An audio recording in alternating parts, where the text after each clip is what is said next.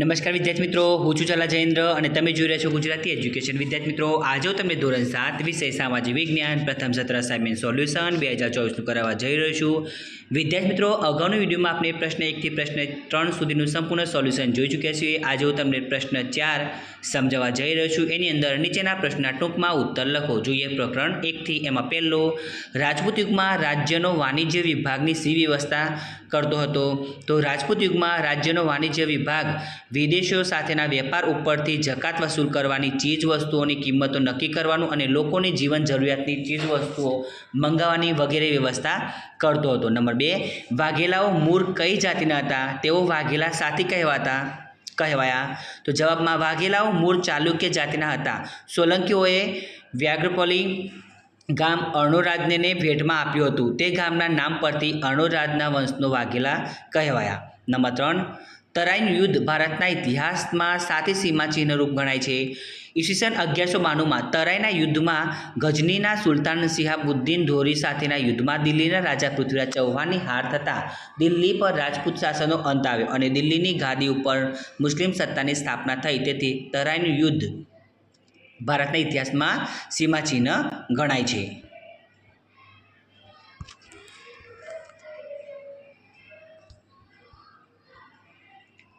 Number 4, કયા સમયને મધ્યયુગ કહે છે?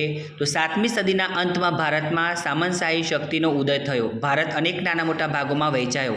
દેશમાં અનેક રાજપૂત રાજવંશોનો ઉદય થયો. આ સમયને મધ્યયુગ કહે છે. હવે પ્રકરણ 2, નંબર 1, કુતુબુદ્દીન ઐબકે કયા સ્થાપત્યોનું નિર્માણ કરાવ્યું? કુતુબુદ્દીન ઐબકે દિલ્હીમાં કુવત ઉલ ઇસ્લામ અને અજમેરમાં ઢાઈ દિનકા ઝોપડા નામની 2 મસ્જિદો બંધાવી હતી. તેને દિલ્હીમાં કુતુબ મિનાર નામના સૌથી ઊંચા મિનારના નિર્માણનું કામ શરૂ કરાવ્યું હતું. તે સમયમાં એક જ માળ બંધાવી શક્યો. નંબર 2, કૃષ્ણદેવરાય આંધ્રના ભુજ સાથી ઓળખાયા?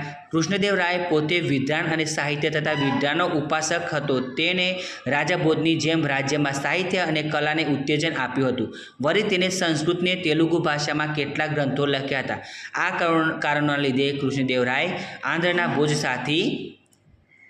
ભુજ તરીકે ઓળખાયા. નંબર 3, નાસિરુદ્દીન પછી દિલ્હીની ગાદી ઉપર કોણ આવ્યું? તેનો જવાબ છે કે નાસિરુદ્દીન પછી દિલ્હીની ગાદી પર ગ્યાસુદ્દીન બલ્લન આવ્યો. તેને ચિહલખાનને વિખેરી શાસનતંત્ર ઉપર અમીરોની પકડને હળવી કરી અને સુલતાનના સ્થાને મજબૂત બનાવ્યું.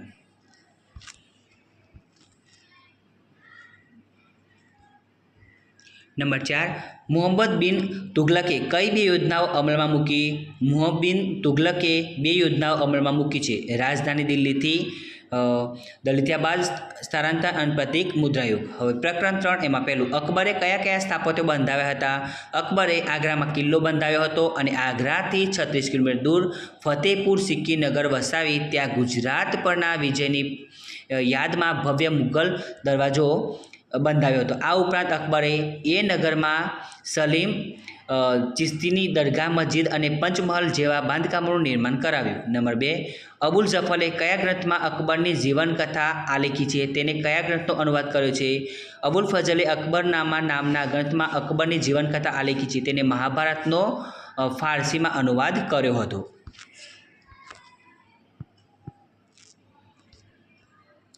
નંબર 3, ઈસવીસન 1576માં હલ્દીઘાટીના પરાજય બાદ રાણા પ્રતાપ શું કર્યું? ઈસવીસન 1576ના હલ્દીઘાટીના પરાજય બાદ રાણા પ્રતાપ પોતાની રાજધાની ગોડુડાન લઈ ગયા અને જીવનના અંત સુધી અકબર સામે લડ્યા હતા. એ પછી તેઓ પોતાની રાજધાની ડુંગરપુર ચાવડામાં લઈ ગયા. હવે નંબર 4, મુગલ યુગમાં હિન્દુ અને મુસ્લિમ સંસ્કૃતિના સમન્વયની સંસ્કૃતિને કઈ સંસ્કૃતિ તરીકે ઓળખવામાં આવે છે? તો મુગલ યુગમાં હિન્દુ અને મુસ્લિમ સંસ્કૃતિના સમન્વયની સંસ્કૃતિને ગંગા જમુના સંસ્કૃતિ તરીકે ઓળખવામાં આવે છે. હવે પ્રકરણ 4, એમાં પહેલું, ઉત્તર ભારતના અને દક્ષિણ ભારતના મંદિરોની મુખ્ય લાક્ષણિકતા કઈ છે? ઉત્તર ભારતના મંદિરોની મુખ્ય લાક્ષણિકતા તેના ગોળ શિખરો અને સ્તંભ વિનાના ખંડો છે. જ્યારે દક્ષિણ ભારતના મંદિરોની મુખ્ય લાક્ષણિકતા તેના શંકુ આકારના અણીદાર શિખરો તેમજ ગોપુરમ છે. નંબર 2, ગુજરાતમાં પાળિયાનો શ્રેષ્ઠતમ ઉદાહરણ ક્યાં છે? તો ગુજરાતમાં પાળિયાના શ્રેષ્ઠતમ ઉદાહરણોના જામનગર પાસેના ગુજર મોરીનો સૂરજ, કુંવરબાના પાળિયાનો અને સોમનાથ મંદિર પાસેના હમીરજી ગોહિલ પાળિયાનો સમાવેશ થાય છે.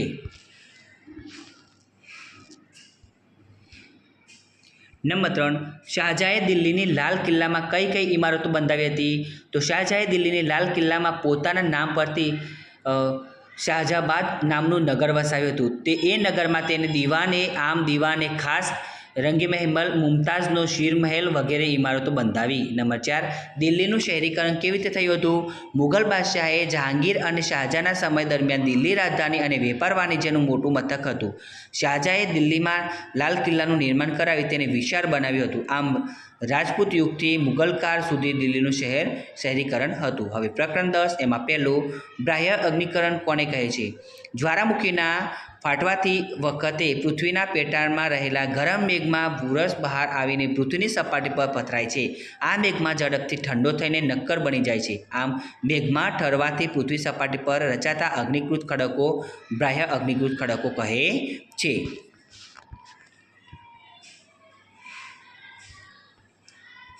બીજા નંબરનો પ્રશ્ન જોઈએ. જળ પ્રયાત કોને કહે છે? નદીનું પાણી તેના માર્ગમાં કોઈ નક્કર ખડક પરથી સીધી ઢોળાવવાળી ખીણમાં નીચાણવાળી ભૂમિ પર ભેજ સાથે પછડાય છે તો તેને ધોધ કહે છે. જળ ધોધની ઊંચાઈ અને વર્ગની તીવ્રતા ખૂબ જ વધુ હોય છે તો તેને જળ પ્રપાત કહે છે. નંબર 3, અગ્નિકૃત ખડકો કોને કહે છે? તેનો પ્રકાર જણાવો. જ્વાળામુખીના ફાટવાથી પૃથ્વીના પેટાળમાં રહેલા ભૂરસ આંતરિક ભાગમાંથી નીકળે છે, પૃથ્વીની સપાટી પર પથરાય છે. આ ભૂરસને ઠંડો પડતા જે ખડકો બને છે તેના બે પ્રકાર છે, બાહ્ય અગ્નિકૃત ખડક અને આંતરિક અગ્નિકૃત ખડક. નંબર 4, આંતરિક અગ્નિકૃત ખડકો એટલે શું? તો પૃથ્વી સપાટી નીચે ક્યારેક ભૂકવચની અંદર ઊંડાણમાં મેઘમાં લાવા રસ ઢળવાથી રચાતા નક્કર અગ્નિકૃત ખડકોને અગ્નિકૃત ખડક કહે છે. પૃથ્વીના ભૂગર્ભની આંતરિક ગરમીને કારણે અહીં મેઘમાં ઢળવાથી ક્રિયા ધીમે ધીમે થાય છે. હવે પ્રકરણ 11, નંબર 1, પર્યાવરણને પ્રદૂષિત કરતી કોઈ પણ બે પ્રવૃત્તિઓ જણાવો. તો નંબર 1, અવકાશમાં છોડેલા ઉપગ્રહોના ભંગાણ. અવકાશયાનના ખાલી ખોખા ધાતુના નકામા ટુકડાઓ અવકાશયાત્રીએ આકાશમાં છોડી દીધેલો નકામા કચરો પ્રદૂષણ ફેલાવે છે. બીજો, જ્વાળામુખી ફાટો ભૂગર્ભ હિલચાલ નદીઓના પુલ જેવી. નંબર 2, ધ્વનિ પ્રદૂષણની કોઈ પણ 3 અસરો જણાવો. નંબર 1, માણસનો સ્વભાવ ચીડિયો થાય છે. ધ્વનિ પ્રદૂષણથી માણસ બહેરો થાય છે. ધ્વનિ પ્રદૂષણથી માનસિક તણાવ અનુભવાય છે. નંબર 3, હવાના મુખ્ય પ્રદૂષકો કયા કયા છે? તો બળતણ તરીકે કારખાનામાં અને મિલોમાં વપરાતા કોલસામાંથી નીકળતો ધુમાડો અને રજકણો. નંબર 2, પેટ્રોલ અને ડીઝલના બળતણથી ચાલતા વાહનોમાંથી નીકળતા બેન્ઝોડિયમ, નાઇટ્રોજન ઓક્સાઇડ, કાર્બન મોનોક્સાઇડ જેવા ઝેરી વાયુઓ. નંબર 4, કુદરતી પર્યાવરણના કયા કયા વિભાગો છે? તેમાં કોનો સમાવેશ થાય છે? કુદરતી પર્યાવરણના મુખ્ય 2 વિભાગો છે, જૈવિક અને અજૈવિક. જૈવિક વિભાગોમાં માનવી, વનસ્પતિઓ, પ્રાણીઓ અને જીવજંતુઓનો સમાવેશ થાય છે, જ્યારે અજૈવિક વિભાગોમાં ભૂમિ, જળ અને હવાનો સમાવેશ થાય છે. હવે પ્રકરણ 12, એમાં પહેલું, પવનના કોઈ પણ 2 પ્રકારો વિશે માહિતી આપો. તો હવાના દબાણના આધારિત પવનોના 2 પ્રકાર છે, કાયમી પવનો અને દૈનિક કે સ્થાનિક પવનો.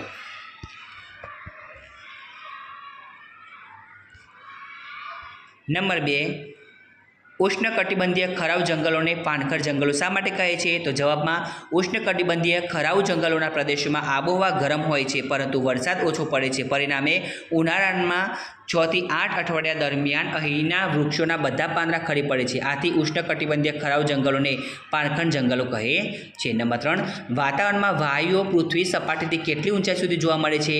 તો કાર્બન ડાયોક્સાઇડ પૃથ્વી સપાટીથી આશરે 20 કિલોમીટરની ઊંચાઈ સુધી, ઓક્સિજન આશરે 110 કિલોમીટરની ઊંચાઈ સુધી અને નાઇટ્રોજન 130 કિલોમીટરની ઊંચાઈ સુધી જોવા મળે છે. ઓઝોન વાયુ આશરે 15 થી 35 કિલોમીટરની ઊંચાઈ સુધી જોવા મળે છે અને 130 કિલોમીટરની ઊંચાઈ પછી વાતાવરણ હાઇડ્રોજન અને હિલિયમ વાયુનો બનેલું છે. હવે નંબર 4, કુદરતી વનસ્પતિનું મુખ્ય કેટલા ભાગમાં વર્ગીકરણ કરવામાં આવ્યું છે? કયા કયા? તો કુદરતી વનસ્પતિનું મુખ્ય 3 વિભાગ કરવામાં આવ્યું છે. 1, જંગલો, બીજું ઘાસના મેદાનો અને નંબર 3, કાંટાળી વનસ્પતિ અને ઝાડી ઝાકરા. હવે નંબર ચેપ્ટર 15 જોઈએ. પહેલું છે, લોકશાહી કોને કહેવામાં આવે છે? અમેરિકાના પૂર્વ પ્રમુખ ઇબ્રાહિમ લિંકનના મત અનુસાર લોકોનું લોકો વડે અને લોકો માટે ચાલતા શાસનને લોકશાહી કહે છે. નંબર 2, ચૂંટણી પંચ શી કામગીરી કરે છે? કોઈ પણ પ્રકારનો કર રાખે. નંબર 2, ચૂંટણી પંચ શી કામગીરી કરે છે? કોઈપણ પ્રકારનો ડર રાખ્યા વિના દેશમાં નોંધાવેલા સૌ મતદારો મતદાન કરી શકે એ માટે ચૂંટણી પંચ ખાસ વ્યવસ્થા કરીને તટસ્થ રીતે ન્યાયી ચૂંટણી કરાવે છે તે મહિલા અને દિવ્યાંગ મતદારો માટે મતદાનની સુવિધા કરે છે. નંબર 3, આપણને કઈ કઈ બાબતોમાં સમાનતાનો અધિકાર આપેલ છે? જુદા જુદા ધર્મની વ્યક્તિમાં સમાનતા, વ્યક્તિગત વિકાસમાં સમાનતા, ભાષા કે બોલીના આધારે સમાનતા, લિંગ આધારિત સમાનતા, શિક્ષણ મેળવવા બાબતે સમાનતા, વિચારોની અભિવ્યક્તિમાં સમાનતા. હવે નંબર 4, વિદ્યાર્થી મિત્રો માફ કરજો, નંબર 4માં પ્રશ્નમાં લખવામાં થોડી મિસ્ટેક થયેલી છે, એટલે ચેક થયેલું છે. નંબર 4ની અંદર પ્રશ્ન છે કે વ્યક્તિના સ્વર્ગીય વિકાસ માટે કઈ કઈ બાબતોની જરૂર હોય છે? તો ધર્મ, ભાષા, જાતિ, વંશ, રંગ કે જન્મસ્થળના કોઈ પણ ભેદભાવ વિના સમાનતાના અધિકારનો યોગ્ય રીતે અમલ કરવો. હવે પ્રકરણ 16 એમાં પહેલું, રાજ્ય સરકારના કોઈ પણ 4 કાર્યો જણાવો. રાજ્ય સરકારના કાર્યો નીચે મુજબ છે. નંબર 1, તે લોક કલ્યાણ સાથે છે. બીજું, રાજ્યના લોકોની પાયાની જરૂરિયાતો, વીજળી, પાકા રસ્તા, પીવાનું શુદ્ધ પાણી, સ્વાસ્થ્ય વગેરેને લાગતા કાર્યો. નંબર 3, પૂર, અતિવૃષ્ટિ, દુષ્કાળ, ધરતીકંપ, વાવાઝોડું વગેરે કુદરતી આપત્તિઓ વખતે લોકોને તાત્કાલિક મદદ પૂરી પાડે છે. નંબર 4, તે રાજ્યમાં કાયદો, શાંતિ અને વ્યવસ્થા જળવાઈ રહે તે માટે ભૂમિકા ભજવે છે. નંબર 2, રાજ્યની કારોબારીની કોઈ પણ 4 હાજર આપો. તો એમાં છે પહેલું છે તે વિધાનસભાએ ઘડેલા કાયદાઓના રાજ્યમાં અમલ કરાવે છે. નંબર 2, તે રાજ્યના કાયદો અને વ્યવસ્થા જળવાય તેની તકેદારી રાખે છે. નંબર 3, તે પ્રજાના કલ્યાણના કાર્યો કરે છે. નંબર 4, તે રાજ્યની આર્થિક અને સામાજિક સમસ્યાઓ દૂર કરવા પ્રયત્ન કરે છે. બીજું, વિધાનસભાના સભ્ય બનવા માટેની લાયકાતો જણાવો. તો પહેલું છે તે ભારતનો નાગરિક હોવો જોઈએ. બીજું, તેની ઉંમર 25 વર્ષ કે તેથી વધુ હોવી જોઈએ. નંબર 3, તે વ્યક્તિ નાદાર, અસ્થિર મગજની કે સજા પામેલો ન હોવો જોઈએ.